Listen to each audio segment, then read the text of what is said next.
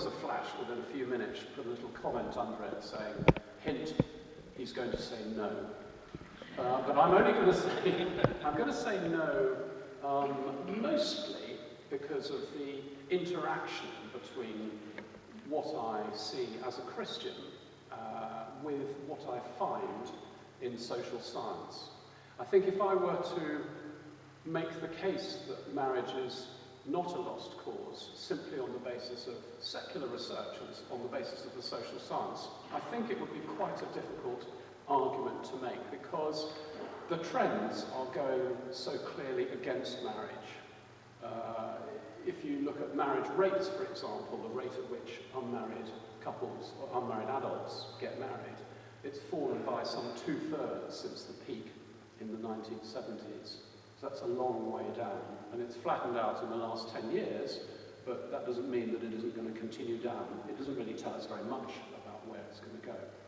In terms of those who are getting married, the odds of getting married for those who are in their 60s has been about 90%. So about 90% of all 60-year-old plus in the UK have been married at some stage. Clearly not all of them have worked out, as we all know, but almost everybody has got married at some stage.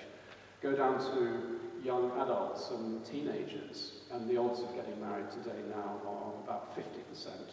So even if all teenagers say in surveys that they aspire to getting married, only 50% are likely to achieve that on current rates, unless there is a big turnaround. So the trends look, on the face of it, as if they are very much going against marriage. And so it is a difficult case to make that it is anything other than a lost cause, with one exception, which I will come back to towards the end, so we'll hold that thought. It's really in the interaction between Christian principles, biblical principles, about which I rarely get to talk, so this is a great pleasure for me as a Christian to do this, and how those principles are borne out in the social science in terms of what we actually see.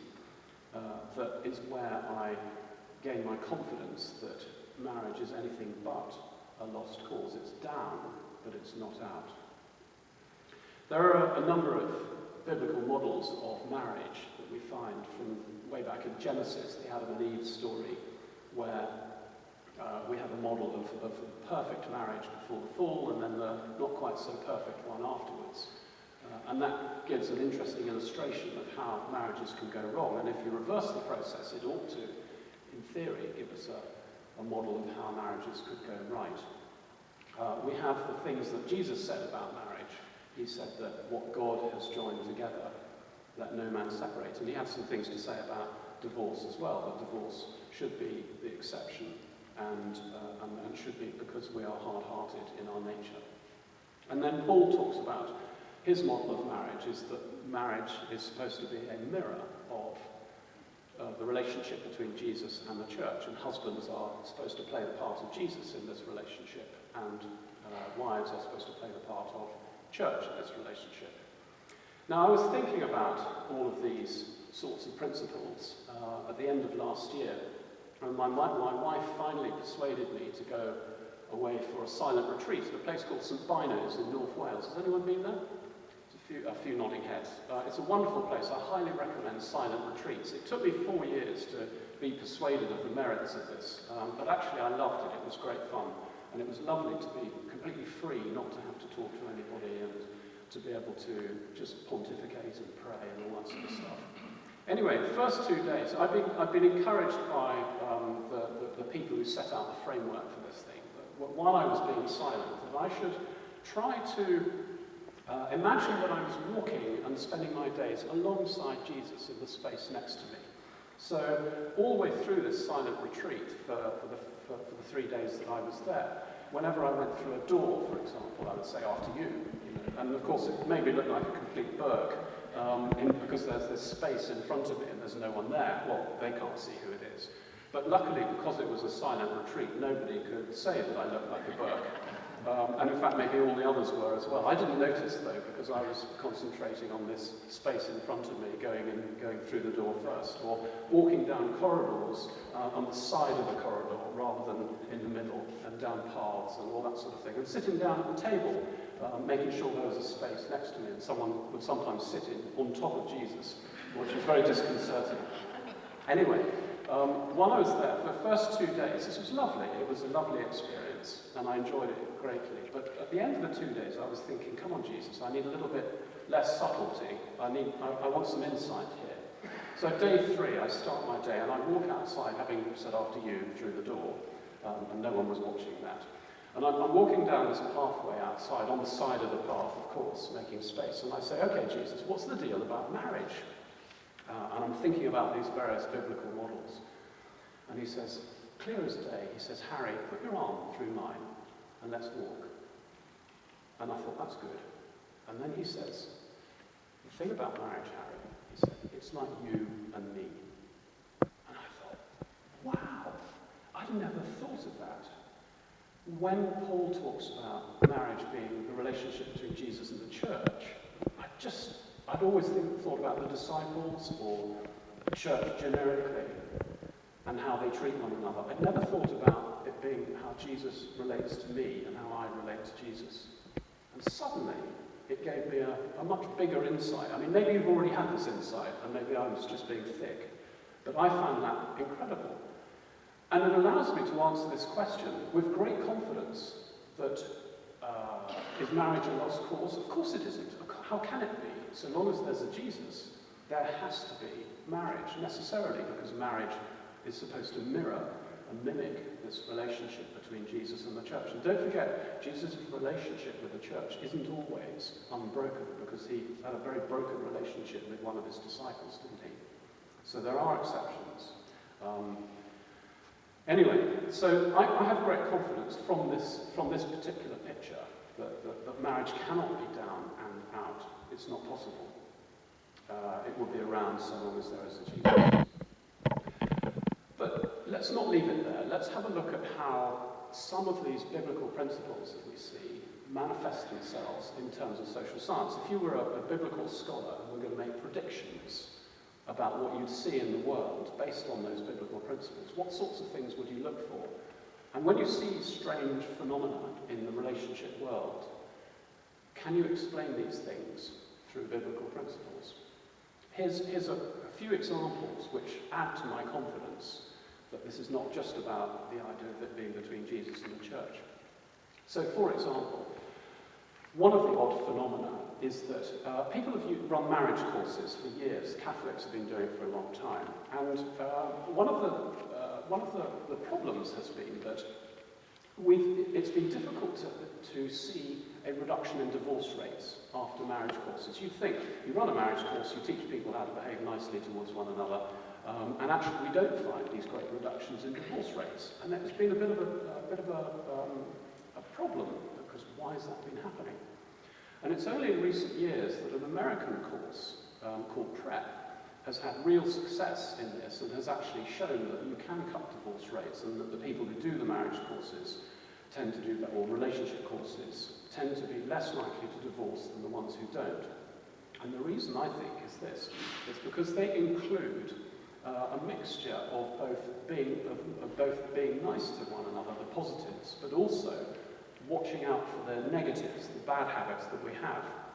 Now, why might that make a difference? Why might that mix of positive and negatives make a difference? I think the answer is there throughout our biblical principles. One of the strongest relationship principles in the Bible is don't do the bad and do the good. If you look at the Ten Commandments, for example, 8 don'ts and 2 do's. If you go to Psalms, Psalm 1, I paraphrase, don't hang out with dodgy people, do hang out with wise people, smart people. Isaiah, don't do evil and do good. It's always this counterpoint of the two. Just being nice to one another is not enough. Do you see what I mean?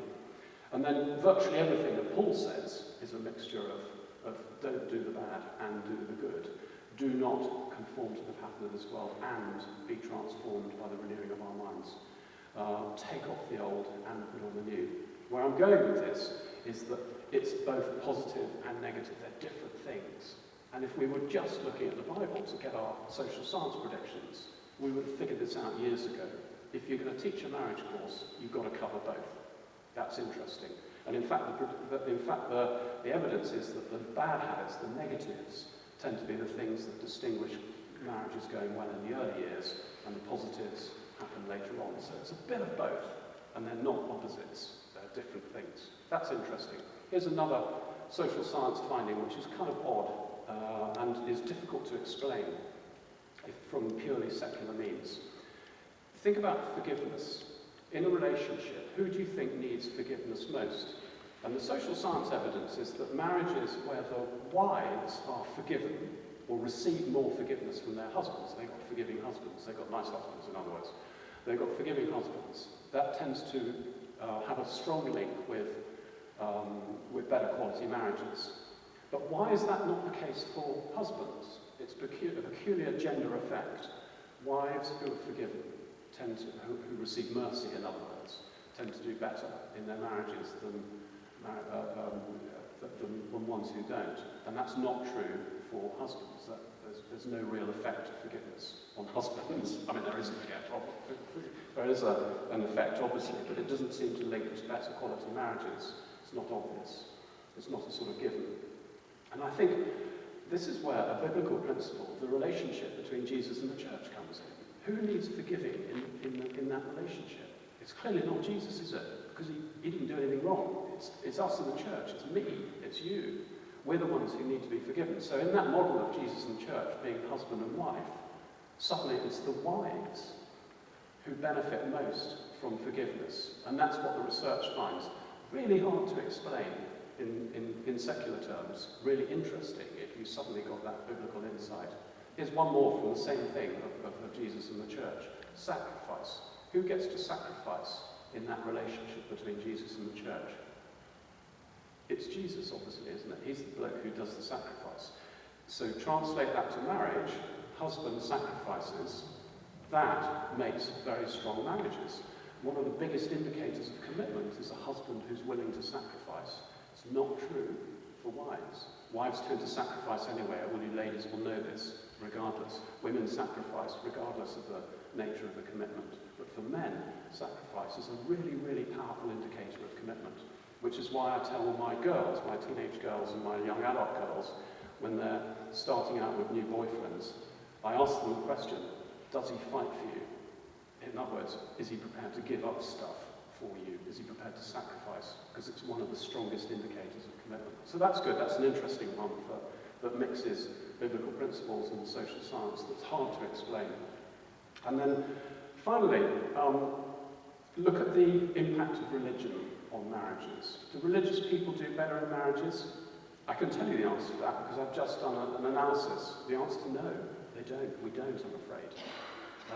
Going to church lots, praying lots, reading our Bible lots doesn't seem to have that big an impact on whether we stay together. And I know that because we've got a new study coming out from Marriage Foundation within the next 6 to 12 months.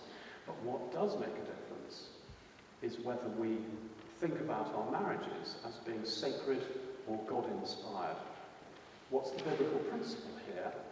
Jesus says, what God has joined together, let man not separate. If you have God in your relationship, if your relationship is God-inspired, if you attach that kind of meaning to it, then why should we be surprised that those relationships do better? It's not the religious stuff that makes the difference.